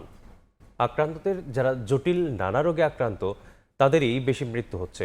পর্যাপ্ত টিকা থাকলেও শিশু নির্বাচনে সংখ্যাতাত্ত্বিক ঘাটতি আছে বলে মনে করছেন জনস্বাস্থ্য ইনস্টিটিউটের পরিচালক। এদিকে চলতি বছর পরিবর্তন হচ্ছে ডেঙ্গুর জিনোটাইপ। ডেন 3-তে আক্রান্তের হারই বেশি। আয়েশা সিদ্দিক সামিয়ার রিপোর্টে থাকছে বিস্তারিত। হামের মৃত্যুর সংখ্যা প্রায় শূন্যে নামিয়ে আনা একটা দেশে কি করে আবারও ভয়ঙ্কর রূপে ফিরতে পারে এই মরণঘাতী, তার অন্যতম উদাহরণ বাংলাদেশ। 2 দশক পর গেল মার্চে দেশে ছড়িয়ে পড়ে হামের প্রাদুর্ভাব, যার জন্য নিয়মিত টিকার ক্যাম্পেইন না হওয়া ও অন্তর্বর্তী সরকারের টিকা কেনায় ভুল নীতিকে দায়ী করে সরকার। পরিস্থিতি মোকাবেলায় সারা দেশে ক্যাম্পেইন হলেও থামানো যাচ্ছে না মৃত্যুর সংখ্যা। এখনও প্রতিদিন গড়ে প্রাণ ঝরছে 4 থেকে 5 জনের, আর আক্রান্তের হার 1000-এর বেশি। সাধারণভাবেই প্রশ্ন জাগে টিকা দেওয়ার পরও কেন বন্ধ হচ্ছে না হামে প্রাণহানি। জনস্বাস্থ্য বিশেষজ্ঞরা বলছেন, হামের সুরক্ষা বলয় ভেঙে পড়ায় নানা জটিল রোগে আক্রান্তরাই বেশি কাবু হচ্ছে। পর্যাপ্ত টিকা থাকলেও কার্যক্রম বাস্তবায়নে ঘাটতি আছে বলেও মনে করছেন জনস্বাস্থ্য ইনস্টিটিউটের পরিচালক। এখানে কোথাও একটা সংখ্যাতাত্ত্বিক ঘাটতি আছে আমি মনে করি। তো এটা আসলে ওইভাবে না নিয়ে যে কারোই এটা সংখ্যাতাত্ত্বিক যে গ্যাপটা আছে সেটা আমাদের তো প্রতি বছর আবার মাইক্রো প্ল্যান হয় ইপিআই, এটা নেক্সট মাইক্রো প্ল্যানে এটা কভার করে ফেলতে হবে কোথাও ঘাটতি থেকে থাকলে। হামের টিকা শিশুদের শরীরে কার্যকর হতে সময় লাগে 4 সপ্তাহ। পরবর্তীতে এই টিকা শিশুদের শরীরে কি ধরনের প্রতিরোধ ব্যবস্থা গড়ে তুলছে, টিকা কার্যকর হচ্ছে কিনা এ নিয়ে গবেষণা করছে জনস্বাস্থ্য ইনস্টিটিউট। হাম নিয়ে উদ্বেগের মধ্যেই চোখ রাঙাচ্ছে ডেঙ্গু। টানা বৃষ্টি আর জমে থাকা পানিতে দ্রুত বংশবিস্তার করতে পারে এডিস মশা, ফলে বাড়ছে ডেঙ্গু সংক্রমণের ঝুঁকি। প্রতিদিনই ডেঙ্গুতে মৃত্যুর ঘটনাও ঘটছে। আইসিডিডিআরবির গবেষক শফিউল আলম বলেন, এবছর ডেঙ্গুর জিনোটাইপ পরিবর্তন হচ্ছে। ডেন 2-র চেয়ে এখন ডেন 3 ধরনে বেশি আক্রান্ত হচ্ছে। এতে চলতি বছরের তুলনায় আগামী বছর বাড়তে পারে আক্রান্তের হার। 19 সাল থেকে এখন পর্যন্ত, গত বছর পর্যন্ত সেটা ডেন 2 ছিল, এবার শোনা যাচ্ছে যে ডেন 3টা আবার বেশি হচ্ছে। হয়তো বা এইভাবে চলতে থাকলে আগামী বছর একটা বড় আউটব্রেক হতে পারে। ডেঙ্গুর টিকা আবিষ্কারেও কাজ করছে গবেষণা প্রতিষ্ঠান আইসিডিডিআরবি। আয়েশা সিদ্দিক সামিয়া, সময়। 70 সাল নাগাদ অন্তত 1 কোটি যাত্রী পরিবহনের সক্ষমতা নিয়ে মাস্টার প্ল্যান প্রণয়ন করছে চট্টগ্রাম শাহ আমানত বিমানবন্দর। এর আওতায় রানওয়ে সম্প্রসারণের পাশাপাশি বাড়ানো হবে বিমানের পার্কিং স্পেস। তবে 2025 সালে এই মাস্টার প্ল্যান প্রণয়ন শেষ হওয়ার কথা থাকলেও নানা জটিলতায় এগিয়েছে মাত্র 50%। শাখাত ত্রিপুর ক্যামেরায় আরও থাকছে কমলদের রিপোর্টে। 6 বছর আগেই ফ্লাইট ওঠানামার পাশাপাশি যাত্রীবহন সক্ষমতার লক্ষ্যমাত্রা অতিক্রম করেছে চট্টগ্রামের শাহ আমানত বিমানবন্দর। আর 26 বছর আগেই এই বন্দরকে আন্তর্জাতিক রূপ দিয়েছিল জাপানি দাতা সংস্থা জাইকা। এরপর থেকে শুধু পরিকল্পনা হয়েছে বিমানবন্দরকে এগিয়ে নেওয়ার, কিন্তু সেই পরিকল্পনা শুধু কল্পনাতেই থেকে গেছে। 20 বছর আগে যে রাডার সিস্টেম ছিল সেটা তো এখন তো আরও উন্নত মানের রাডার সিস্টেম বেড়েছে, এবং আরও যে ভিতরে যে স্থাপনা প্রোটোকলগুলি আছে, যে সমস্ত ব্যবস্থাগুলি আছে, সেই ব্যবস্থাগুলো কিন্তু এখন আবার আধুনিক করা প্রয়োজন। যেমন আপনার স্ক্যানার মেশিনগুলি পুরনো হয়ে গেছে, এই যে যাত্রীদের আসা যাওয়া কষ্ট হয়। তারপরে যে আমাদের যে বোর্ডিং ব্রিজগুলি পর্যাপ্ত না। নানা সীমাবদ্ধতার মাঝেও শাহ আমানত বিমানবন্দরে প্রতি বছর গড়ে 8,500 আন্তর্জাতিক এবং 12,000 অভ্যন্তরীণ ফ্লাইট ওঠানামা করে, আর যাত্রী পরিবহন হয় 15 থেকে 16 লাখ। ব্যবসায়ীদের অভিযোগ, এই বিমানবন্দর ঢাকার শাহজালাল বিমানবন্দরের মতোই ট্যারিফ আদায় করলেও সে ধরনের সুযোগ সুবিধা নিশ্চিত করতে পারছে না। এখনো চালু হয়নি স্বতন্ত্র কার্গো ভিলেজ। ঢাকা বিমানবন্দর এবং চিরং বিমানবন্দর দুটোটারই কিন্তু ট্যারিফ একই। কোনো এয়ারলাইন্স যদি পাগল না হয় সে তো চিরঙে আসবে না, সেজন্য চিরঙে কেউ আসে না। আপনি কার্গো ভিলেজ পুরে গেল ঢাকায় বা চিরঙে, কিন্তু কার্গো ভিলেজটা আপনার এমটি এখন, ইউ আর নট ইউটিলাইজিং। আপনি 100% মানে আপনি ইউজ করতে পারেন। বলে দেন না চিরং এয়ারপোর্টকে আজকে থেকে 3 বছরের জন্য যে ট্যারিফটাকে আপনি কমালেন বলে দেন। চিরং এয়ারলাইন্সে যে আপনি এয়ারলাইন্স আনা মানেই তো ব্যবসা হওয়া। আপনি দুবাই সিটি কীভাবে দুবাই হলো? দুবাই হলো শুধু দুবাই এয়ারপোর্টের জন্য এবং এমিরেটসের জন্য। মাস্টার প্ল্যান অনুযায়ী 3টি পর্যায়ে আগামী 44 বছরে যাত্রীবহন সক্ষমতা পৌঁছানো হবে 1 কোটিতে। এর মধ্যে 2035 সালে 50 লাখ, পরের 15 বছরে যাত্রী বাড়বে 20 লাখ এবং সবশেষ 2070 সালে যাত্রী সংখ্যা আরও 30 লাখ বাড়িয়ে 1 কোটি করা হবে। অবশ্য পরবর্তী 50 বছর পর্যন্ত কোনো মাস্টার প্ল্যানের প্রয়োজন হবে না বলে দাবি বন্দর পরিচালকের। তো এটা একটা জার্মান কোম্পানি করছে এবং আশা করি আমাদের নতুন সরকার যেহেতু এসছে, এই মাস্টার প্ল্যানের কাজে একটা গতিশীলতা আসবে। মাস্টার প্ল্যানকে আমরা ইমপ্লিমেন্ট করার জন্য প্রয়োজনীয় ফান্ড পাবো, এটা আমরা আশা করছি। এবং বেসরকারি বিমানচল কর্তৃপক্ষের সদর দপ্তর অত্যন্ত সচেতন, তারা মন্ত্রণালয়ের সঙ্গে প্রয়োজনীয় সমন্বয় করছে এ ব্যাপারে। শুধু দেশীয় কিংবা বাজেট এয়ারলাইন্সের উপর ভরসা না করে বড় এয়ারলাইন্সগুলোকে চট্টগ্রামে ফ্লাইট পরিচালনার সুযোগ করে দিয়ে পরিকল্পনা বাস্তবায়নের কথা বলছেন ব্যবসায়ীরা। কিছু লো ফেয়ারের বাজেট আসে, সেগুলো যদি টাইমিং করে রাত্রেবেলা নেওয়া যায় কিংবা অন্য একটা সময় যদি সেগ্রিগেট করা যায়, এবং চট্টগ্রাম থেকে কিন্তু বিজনেস ক্লাসেও অনেক প্যাসেঞ্জার আসা যাওয়া করে, সেটাকেও যদি প্রায়োরিটি দেওয়া হয় বিশ্বের অন্যান্য এয়ারপোর্টে আমরা যেটা দেখে থাকি, তাহলে আমি মনে করি যে লং টার্মে আমরা বাংলাদেশে স্পেশালি চট্টগ্রামে এয়ারপোর্টকে সুন্দরভাবে কাজে লাগানো সম্ভব। মাস্টার প্ল্যান অনুযায়ী নতুন করে তৈরি করা হবে অ্যারাইভেল ও ডিপার্চার লাউঞ্জ এবং একাধিক বোর্ডিং ব্রিজ। ভূপ্রকৃতিগত অবস্থানের সুবিধাকে কাজে লাগিয়ে চট্টগ্রামকে প্রকৃত অর্থে বন্দর নগরী হিসেবে গড়ে তোলার যথেষ্ট সুযোগ এখনও রয়েছে। বিমানবন্দরের 1 কিলোমিটারের মধ্যে রয়েছে চট্টগ্রাম বন্দর। বিমানবন্দরের মাস্টার প্ল্যান যথাযথ বাস্তবায়ন করা হলে একই সাথে আমলাতান্ত্রিক জটিলতা নিরসন করা গেলেই চট্টগ্রাম হয়ে উঠবে প্রকৃত অর্থে বন্দর নগরী। চট্টগ্রাম শাহ আমানত বিমানবন্দর থেকে কমল দে, সময় সংবাদ। কক্সবাজারে আইকনিক রেল স্টেশন উদ্বোধনের 2.5 বছর পরও চালু হয়নি সব সেবা। Luggage locker, hotel, restaurant, shopping mall সহ বেশিরভাগ সুবিধাই মিলছে না। এতে রাতের ট্রেনে এসে লাগেজ রেখে সারাদিন কক্সবাজারে ঘুরে আবারও রাতেই ঢাকায় ফেরার স্বপ্ন এখনও অধরা। তবে এবার রেল স্টেশনটি বেসরকারি ব্যবস্থাপনায় দেওয়ার উদ্যোগ নেওয়ার কথা জানিয়েছেন রেল প্রতিমন্ত্রী। মোহাম্মদ ফরাজের ক্যামেরায় বিস্তারিত জানাচ্ছেন সুজাউদ্দিন রুবেল। দূর থেকে দেখলে চোখে পড়বে দৃষ্টিনন্দন স্থাপত্য, বিশাল ভবন, ঝিনুক আকৃতির পোয়ারা, প্রশস্ত পার্কিং আর আধুনিক নকশা, সব মিলিয়ে কক্সবাজার আইকনিক রেল স্টেশন। 2023 সালের 11 নভেম্বর উদ্বোধনের পর নিয়মিত ট্রেন চলাচল শুরু হলেও 2.5 বছর পরও পূর্ণাঙ্গভাবে চালু হয়নি স্টেশনটির সব কার্যক্রম। পরিকল্পনার বেশিরভাগ অংশই বাস্তবে রূপ নেয়নি। 29 একর জমির উপর 1,87,000 বর্গফুট আয়তনের 6তলা ভবন অনেকটাই এখনও নীরব ও ব্যবহারহীন। অপর্যাপ্ত ফ্যান, চলন্ত সিঁড়ি, লিফট ও অপেক্ষমান কক্ষের সেবা নিয়েও রয়েছে যাত্রীদের অভিযোগ। সার্ভিস যাতে পর্যটকরা পায় সেই ব্যবস্থা করতে হবে। ফরেনার যখন আসবে দেখবে যে বাংলাদেশের এত সুন্দর সুযোগ ব্যবস্থা এখানে আছে, তখন তারা আরও পর্যটন বাড়বে। বসলে দেখা যায় কি পর্যাপ্ত এখানে ফ্যানের কোনো ব্যবস্থা নেই, তারপরে গরমের মধ্যে নিয়ে করে বসে থাকতে হয়, গাদাগাদি করে বসে থাকতে হয়, এই আর কি। আসলে যথাযথ হচ্ছে বলে মনে হচ্ছে না। এই যে লকারে ব্যাগ রাখার কথা ছিল বা থারুকমানের হোটেল পাওয়ার কথা ছিল, এগুলা নাই। লিফটগুলা চলে না। সুযোগ সুবিধা এই যে আপনারা হচ্ছে সিঁড়ি, চলন্ত সিঁড়ি, এরপর এখানে একটা রেস্টুরেন্ট করার কথা ছিল, এরপর একটা ওই হোটেল করার কথা ছিল। যদি এই সুযোগ সুবিধাগুলো খুব দ্রুত করা যায় তাহলে আমাদের জন্য খুব যাতায়াত করতে খুবই সুবিধা হবে। জনবল সংকটের দাবি স্টেশন কর্তৃপক্ষের। এখানে স্টেশনটা খুব বাংলাদেশের একটি খুব সুন্দর একটা স্টেশন হয়েছে।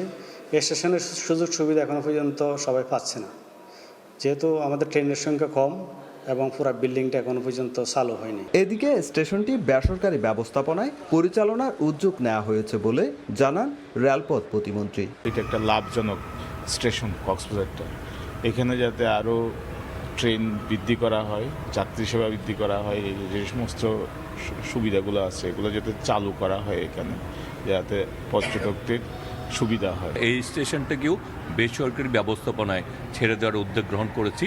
আমরা টেন্ডার প্রক্রিয়া যাচ্ছি। টেন্ডার প্রক্রিয়া সম্পূর্ণ হলেই আমার মনে হয় যে বেসরকারি ব্যবস্থাপনায় এটা চলতে পারবে। কক্সবাজার আইকনিক রেল স্টেশন নির্মাণে ব্যয় হয়েছে 215 কোটি টাকা। সুজাউদ্দিন রুবেল, সময় সংবাদ, কক্সবাজার। ভোরের সময় ছিল আমার কাছে। পরবর্তী সংবাদগুলো জানাতে যুক্ত হবেন সহকর্মী তাজমিলা খান। ধন্যবাদ আলিফ। পরবর্তী সংবাদগুলো জানাবো আমি তাজমিলা খান। দেখছেন ভোরের সময়, সঙ্গেই থাকুন। দেখছেন ভোরের সময়।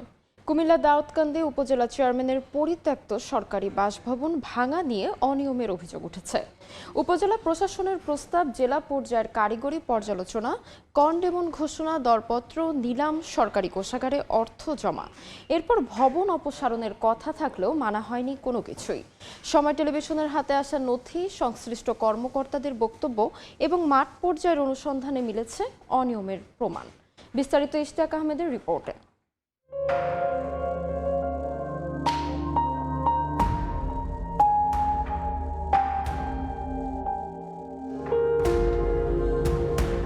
দীর্ঘদিন পরিত্যক্ত ও বসবাসের অনুপযোগী হয়ে পড়ে থাকা ভবনটি নিয়ম মেনে ভাঙার কথা ছিল, কিন্তু সরকারি প্রক্রিয়া শেষ হওয়ার আগে এখন সেখানে শুধু ধ্বংসস্তূপ। প্রশ্ন উঠছে, ভবনটি ভাঙার আগে কি সম্পন্ন হয়েছিল সরকারি সব প্রক্রিয়া, নাকি প্রয়োজনীয় অনুমোদনের আগে গুড়িয়ে দেওয়া হয়েছে ভবনটি?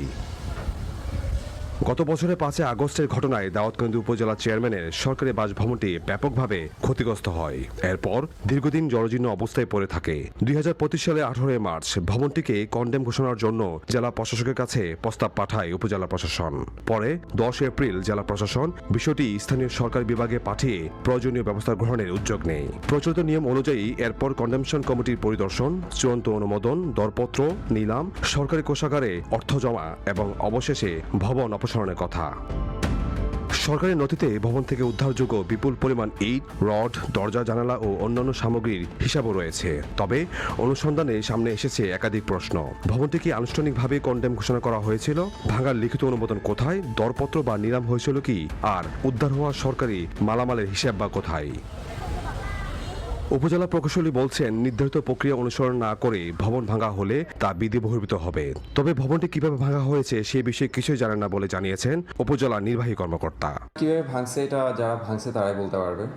এই বিষয়ে আসলে আমিও বলতে পারছি না যে কারা ভাঙছে বা কিভাবে ভাঙছে। এটা আমি শুনছি যারা ভাঙছে তারা নাকি রাতের বেলা এসে ভেঙে নিয়ে গেছে। কে বা কারা ভেঙেছে আসলে জানি না, এটা আমরা খোঁজার চেষ্টা করতেছি। নিয়ে যাওয়ার বিষয়টা এটা আসলে সত্য না, কারণ আমাদের এখানে আনসার গার্ড আছে, আমাদের অনুমতি ছাড়া আসলে বের হওয়ার সুযোগ নেই এখান থেকে কোনো কিছু। জেলা এলজিডি নির্বাহী প্রকৌশলী জানিয়েছেন, কন্ডেমশন কমিটি দ্রুত ভবনটি পরিদর্শন করবে।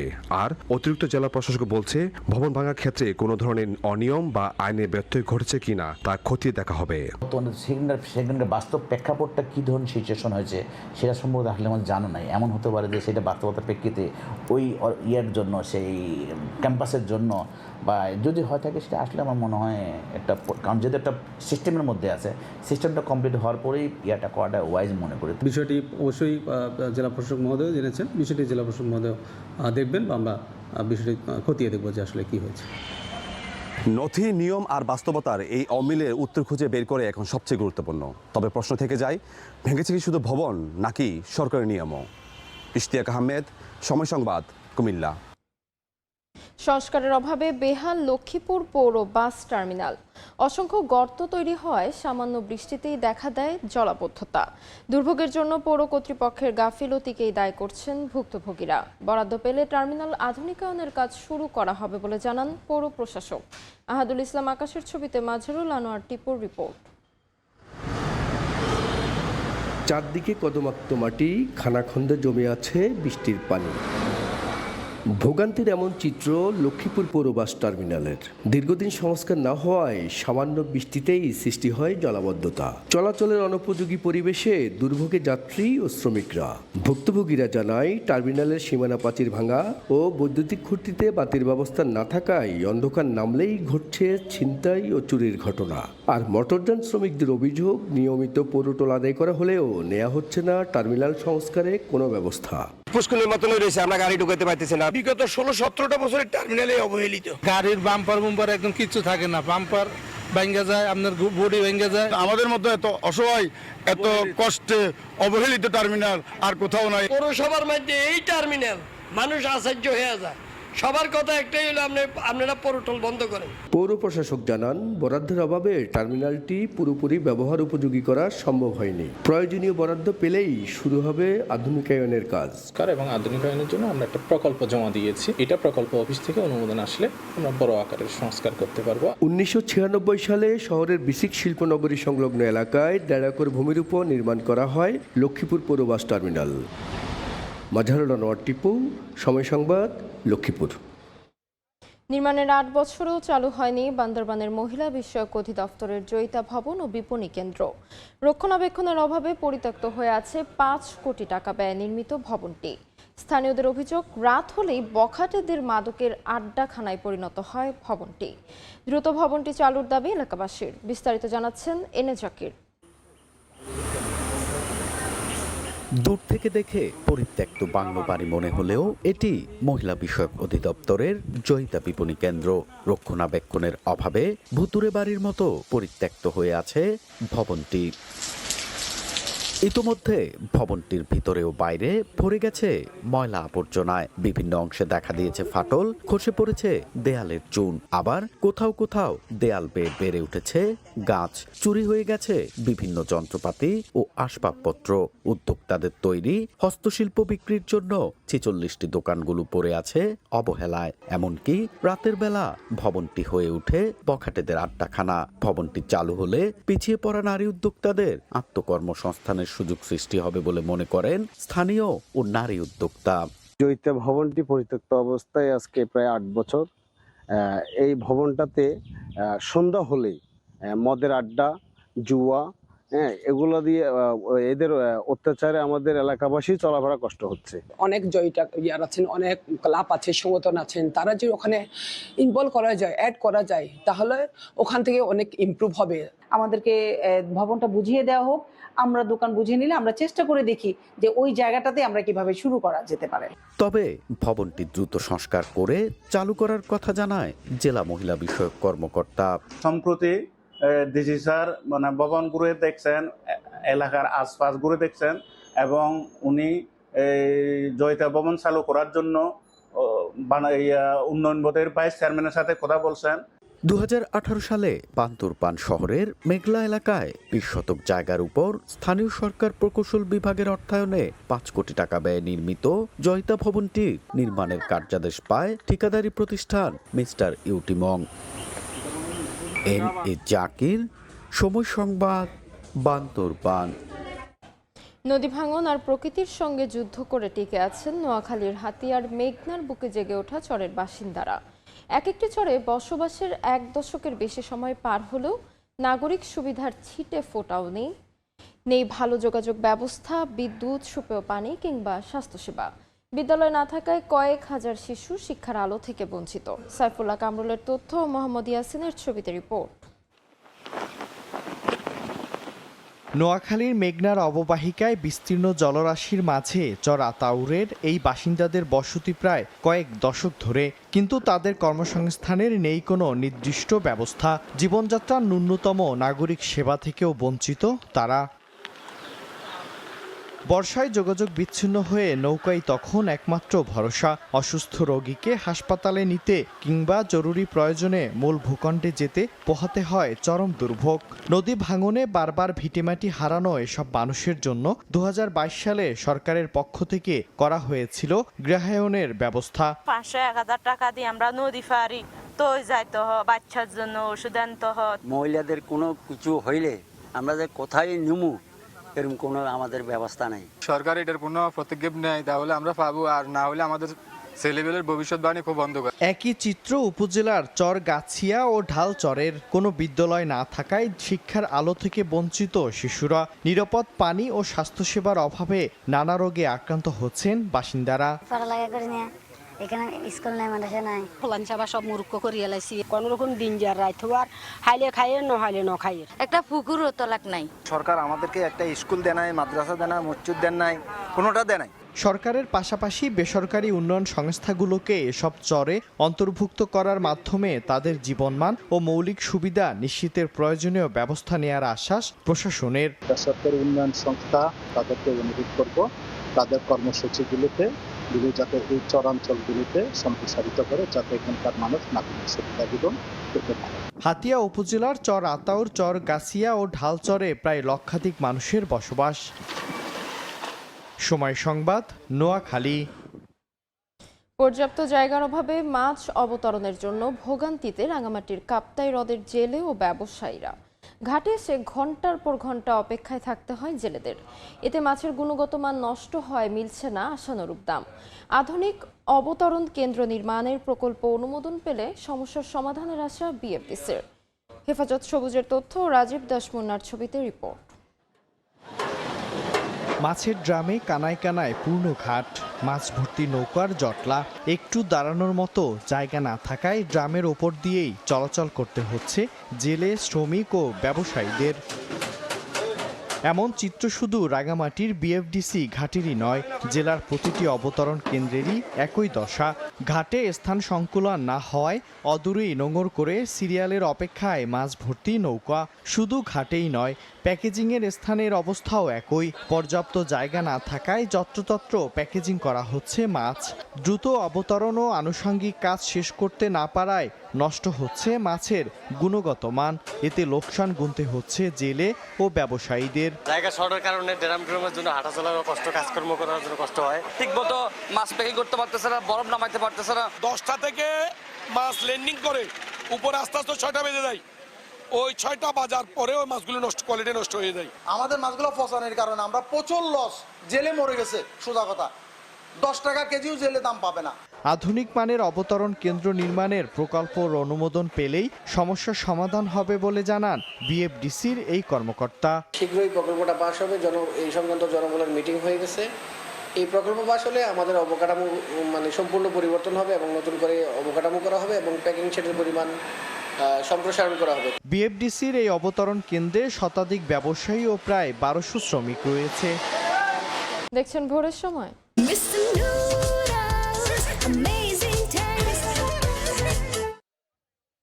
ধর্ম নিয়ে যারা বাড়াবাড়ি করে তারা দেশীয় সংস্কৃতির চর্চাকে ধারণ করে না বলে মন্তব্য করেছেন তথ্য ও সম্প্রচার মন্ত্রী জহিরুদ্দিন স্বপন।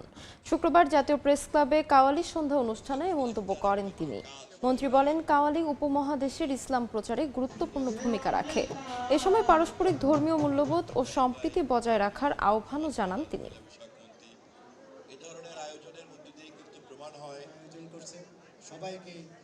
ধর্ম নিয়ে যারা বাড়াবাড়ি করে এবং যারা এটাকে একটা বিচ্ছিন্নভাবে দেখার চেষ্টা করে মানুষের দৈনন্দিন জীবনের বাইরে, তাদের থেকেও আলাদা। কাওয়ালির মতো এরকম একটা সংস্কৃতির চর্চা আমাদের উপমহাদেশে ইসলামের মতো শান্তির ধর্ম প্রচারের একটা বড় মাধ্যম হিসাবেই কাজ করেছে। বাংলাদেশের মানুষ উন্নয়ন চায়, ফ্যাসিবাদকে ফেরত আনতে চায় না বলে মন্তব্য করেছেন পররাষ্ট্র প্রতিমন্ত্রী শামা ওবায়েদ ইসলাম। শুক্রবার বিকেলে ফরিদপুরে এক অনুষ্ঠানে এই মন্তব্য করেন তিনি। বাংলাদেশের নাগরিক হিসেবে বলতে চাই, বাংলাদেশের মানুষ, বাংলাদেশের 18 কোটি জনগণ আজকে উন্নয়ন চায়। তারা আর ওই স্বৈরাচার ফ্যাসিবাদকে ফেরত আনতে চায় না। অবশ্যই তারা ফেরত আসবে, ফিরিয়ে এনে তাদেরকে বাংলাদেশের আইন অনুযায়ী জেলে গিয়ে তাদের বাংলাদেশের আইন অনুযায়ী তাদের সাজা হবে। বাজেট বাস্তবায়নে সবাইকে একসঙ্গে কাজ করার আহ্বান জানিয়েছেন বিদ্যুৎ, জ্বালানি ও খনিজ সম্পদ মন্ত্রী ইকবাল হাসান মাহমুদ। শুক্রবার বিকেলে সিরাজগঞ্জ পৌরসভার কর্মকর্তা কর্মচারীদের সঙ্গে মত বিনিময় সভায় একথা বলেন তিনি। বাংলাদেশ একটা ধ্বংসস্তূপের মধ্যে দাঁড়িয়ে আছে। ওনারা জানেন এত ঋণ করে দিয়ে গেছে যে সরকারি কর্মকর্তাদের বেতন দেওয়াটা ডিফিকাল্ট হয়ে যাবে একদিন, যদি আমরা ঠিক মতো প্ল্যানিং না করতে, ঠিক মতো যাতে আমরা করতে পারি। এবং এইবার যে আমাদের বাজেট দিছি আমরা, এটা ডেভেলপমেন্ট ওরিয়েন্টেড বাজেট, আবার ট্যাক্স যাতে মানুষের উপরে না পড়ে বেশি, সেইটাই বাজেট। এবং এই বাজেট নিয়ে সবাই প্রশংসা করছে। শহীদ রাষ্ট্রপতি জিয়াউর রহমান প্রতিষ্ঠিত নতুন কুড়ি বাংলাদেশের সাংস্কৃতিক ও শিল্পাঙ্গনে বড় ধরনের আন্দোলনের সূচনা করেছিল বলে মন্তব্য করেছেন অর্থমন্ত্রী আমির খসরু মাহমুদ চৌধুরী। শুক্রবার চট্টগ্রাম এম এ আজিজ স্টেডিয়ামে শহীদ জিয়া ও বেগম খালেদা জিয়া আন্তঃ স্কুল গোল্ড কাপ ফুটবল টুর্নামেন্টের উদ্বোধন অনুষ্ঠানে একথা বলেন তিনি। জিয়াউর রহমান সাহেব নতুন কুড়ির মাধ্যমে বাংলাদেশের শিল্পাঙ্গনে একটি বড় ধরনের আন্দোলন সৃষ্টি করেছিলেন। তারেক রহমান সাহেব আজকের প্রধানমন্ত্রী ক্রীড়ার মাধ্যমে একটি নতুন জীবন ফিরিয়ে দিচ্ছে শিক্ষাঙ্গনে, খেলার মাঠে, যার মাধ্যমে আমাদের ছেলেমেয়েরা আগামী দিনে নিজেদেরকে গড়ে তুলতে পারবে স্পোর্টসের জন্য, কেউ ক্যারিয়ার হিসেবে নিতে পারবে। কৃষি ও অর্থনীতিতে সমৃদ্ধ হলেও শিক্ষায় এখনও পিছিয়ে দিনাজপুর। সঠিক দিক নির্দেশনার অভাবেই শিক্ষার্থীরা কাঙ্ক্ষিত সাফল্য পাচ্ছে না বলে মন্তব্য করেছেন সমাজ কল্যাণ মন্ত্রী ডাক্তার AZM জাহিদ হোসেন। শুক্রবার ঢাকা বিশ্ববিদ্যালয়ের ফজলুল হক মুসলিম হলে এক অনুষ্ঠানে তিনি আরও বলেন, নিজের জন্য ভালো কিছু করতে পারলেই দেশ ও জাতির জন্য অবদান রাখা সম্ভব। পড়াশোনার পাশাপাশি স্মার্টফোনের সঠিক ব্যবহার এবং তৃতীয় ভাষা শেখার মাধ্যমে নিজেদের দক্ষ করে গড়ে তোলার পরামর্শ দেন তিনি। সব কিছু মিলিয়ে দিনাজপুরের নিজস্ব সক্রিয়তা আছে, স্বয়ংবরতা আছে। দুর্বলতা একটাই ছিল পড়াশোনার। আমাদের লিডারশিপটাও একটা মারাত্মক রকম স্কারসিটি ছিল, আমাদের নলেজের দুর্বলতা ছিল, গাইডেন্সের অভাব ছিল। আপনাদের কাছে আমাদের একটাই চাওয়া, আপনারা প্লিজ একজন ভালো মানুষ হবেন, আর একটা ভালো যে সাবজেক্টে ঢুকছেন এই সাবজেক্টটা সুন্দরভাবে পড়ে আপনি শেষ করবেন। এবং সহযোগিতা করার ব্যাপারে আমি আমার পক্ষ থেকে বলতে পারি, I will do my best. ছুটির দিনে বাজার দরের খবর জানাতে ফেনীর শহরের খাজা আহমেদ পৌর সবজি বাজারে আছেন সহকর্মী আতিয়ার সজল এবং ব্রাহ্মণবাড়িয়ার আনন্দবাজারে মাছ বাজারে আছেন উজ্জ্বল চক্রবর্তী। সরাসরি প্রথমেই যাচ্ছি আতিয়ার সজলের কাছে। সজল, ফেনী জেলার সবচেয়ে বড় এই সবজির আড়তটিতে অর্ধশতাধিক আড়তঘর রয়েছে এবং এই আড়তকে ঘিরে কাকডাকা ভোর থেকে মূলত সবজির যে পাইকারি বেচাকিনা সরগরম হয়ে ওঠে। এখানে জেলার উৎপাদিত শাকসবজি কৃষকেরা বা উদ্যোক্তারা যেমন এখানে নিয়ে এসে বিক্রির জন্য, আবার দেশের বিভিন্ন জেলা থেকে এখানে প্রচুর পরিমাণ শাকসবজি আসে।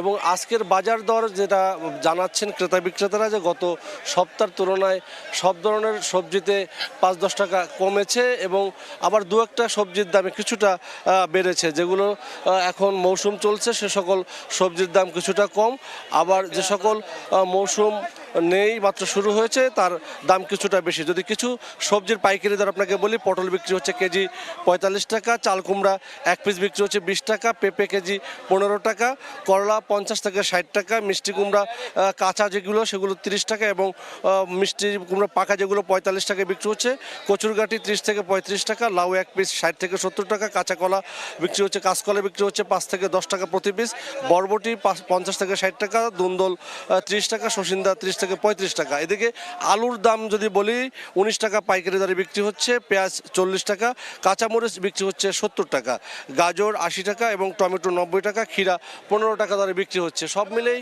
বিক্রেতারা যেটা বলছেন যে এখানে পাইকারি বাজারে সবজির দাম কিছুটা সহনীয় পর্যায়ে থাকলেও এইগুলো যখন বিক্রেতা খুচরা পর্যায়ে বিক্রি করেন তখন তারা তাদের যে ক্রয় বা কেনার থেকে অনেকটা বেশি দামে বিক্রি করে, যার কারণে খুচরা বাজারে গিয়ে কিন্তু এই সবজির বাজার কয়েক গুণ বেড়ে যায়। এবং সব মিলেই কিন্তু ফেনীর যে সবজির বাজার আজ প্রত্যেক সবজিতে কম বেশি 5 থেকে 10 টাকা 15 টাকা কমেছে। আমরা চলে যাব ব্রাহ্মণবাড়িয়া, সেখানকার মাছ বাজারের খবর জানাতে রয়েছেন আমাদের আর এক সহকর্মী উজ্জ্বল চক্রবর্তী। আমি এই মুহূর্তে আছি ব্রাহ্মণবাড়িয়া শহরের অন্যতম প্রধান পাইকারি বাজার আনন্দবাজারে। এই বাজারটি মূলত কাকডাকা ভোর থেকে পাইকারি হাটটি শুরু হয়ে এখানে কিন্তু দেশীয় প্রজাতির সব ধরনের মাছ বিক্রি, বিশেষ করে তেলাপিয়া, রুই, কাতল, মৃগেল সহ যে দেশীয় উৎপাদিত অর্থাৎ পুকুরে যে উৎপাদিত যে মাছগুলো এবং খামার উৎপাদিত মাছগুলো এই বাজারে আসে। এখান থেকে কিন্তু ব্রাহ্মণবাড়িয়ার যে ছোট ছোট বাজারগুলো আছে, বিশেষ করে বউবাজার, বর্ডার বাজার এবং সুহিলপুর বাজার, পীরবাড়ি বাজার, আনন্দ বাজার ছাড়াও মেড্ডা বাজার সহ বিভিন্ন বাজারে কিন্তু এখান থেকে পাইকাররা এসে মাছগুলো কিনে নিয়ে যায় এবং তারা খুচরা পর্যায়ে ভোক্তাদের কাছে বিক্রি করে থাকে। গত এক সপ্তাহ ব্যবধানে মাছের দাম কিছুটা বেড়েছে। এখানকার যারা পাইকাররা আছেন তারা বলছেন, কেননা আমদানির উপর নির্ভর করে এই বাজারের যে কার্যক্রম, অর্থাৎ মাছের আমদানি বেশি যখন হয় তখন কিন্তু এই বাজারে কিন্তু মাছের দাম অনেকাংশে কমে যায়।